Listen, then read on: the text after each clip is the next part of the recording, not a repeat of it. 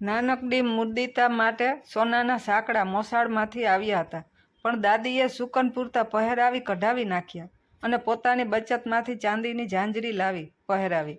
સૂતેલી મુદિતાના પગ પકડી દાદી હલાવે, ઘૂઘરીઓ રણકે. મુદિતા હસે. પછી એ જાતે સૂતા પગ હલાવતા શીખી ગઈ. દાદી બોલે, કરો તાતા થૈયા, એટલે એ જોરથી પગ હલાવે, ઘૂઘરીઓ રણકે અને બંને ખડખડાટ હસે. એ જરા વધુ મોટી થઈ, ચાલવા લાગી, પણ રમત એની એ જ. દાદી કહે, કરો તાતા થૈયા, એ પગ પછાડે, ઘૂઘરીઓ રણકે, બંને ખડખડાટ હસે. એક દિવસ એક ઘૂઘરી છૂટી પડી ગઈ. મુદિતા બોલતા શીખી ન હતી. ચપટીમાં ઘૂઘરી લાવીને ઊં કહીને દાદીને બતાવી.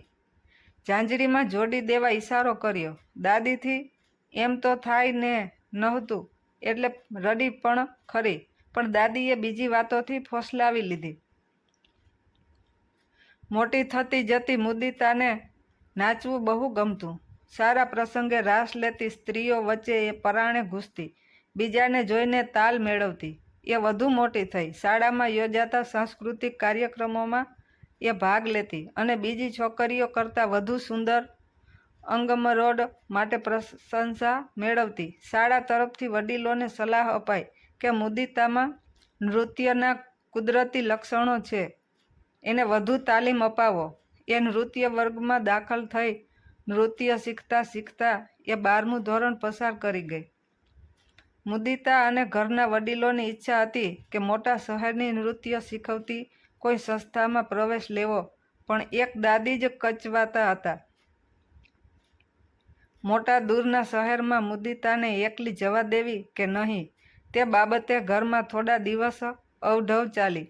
એક દિવસ દાદીએ એને પાસે બેસાડીને કહ્યું, તું નાની હતી ત્યારે તારી ઝાંઝરીની એક ઘૂઘરી તૂટી ગઈ હતી. તું એ વખતે ખૂબ રડી હતી. એ ઘૂઘરી જ મને તને શહેરમાં જવા દેવાની હા પાડતા રોકે છે. તું હજી નાની છે. શહેરમાં મને જે દેખાય છે તે તને દેખાતું નથી. તારા જેવી ઘણી કુદરતી ભેટવાળી છોકરીઓ વધુ શીખવવા શહેરમાં જાય છે. બહારથી મોટા દેખાતા પણ અંદરથી ડાઘિયા કૂતરા જેવા લોકોનું ટોળું શિકાર ગોતતું હોય છે. કોઈને પૈસાની લાલચથી, કોઈને શીખવવાની વાતથી, કોઈને ફિલ્મો કે ટીવીમાં કામ અપાવવાની ઝાડથી ફસાવે છે અને બરબાદ કરી નાખે છે. આમાંથી થોડી સારી કલાકાર બને, પ્રખ્યાતિ મળે, પૈસાદાર બને, સ્વચ્છદી બની વિદેશોમાં ફરે, પરણે, છૂટાછેડા લે, પણ ઘરડી થાય ત્યારે એનું કોઈ ના હોય. કોઈ તો બેફામ ખર્ચની પડેલી આદતથી, વ્યસનથી, પૈસાની તંગીમાં આપઘાત કરે, તો કોઈ સાર સંભાળ લેનાર કોઈ ના હોય, એટલે બંધ ઘરમાં સડીને મરે. ઘૂઘરી ઝાંઝરીમાં જોડાયેલી રહે ત્યાં સુધી જ એ રણકે. એકલી ઘૂઘરી રણકી ના શકે. એમ આ ઘર ઝાંઝરી છે, તું એની ઘૂઘરી છો, એટલે મારું મન માનતું નથી. મુદિતા સાંભળતી હતી, વિચારતી રહી.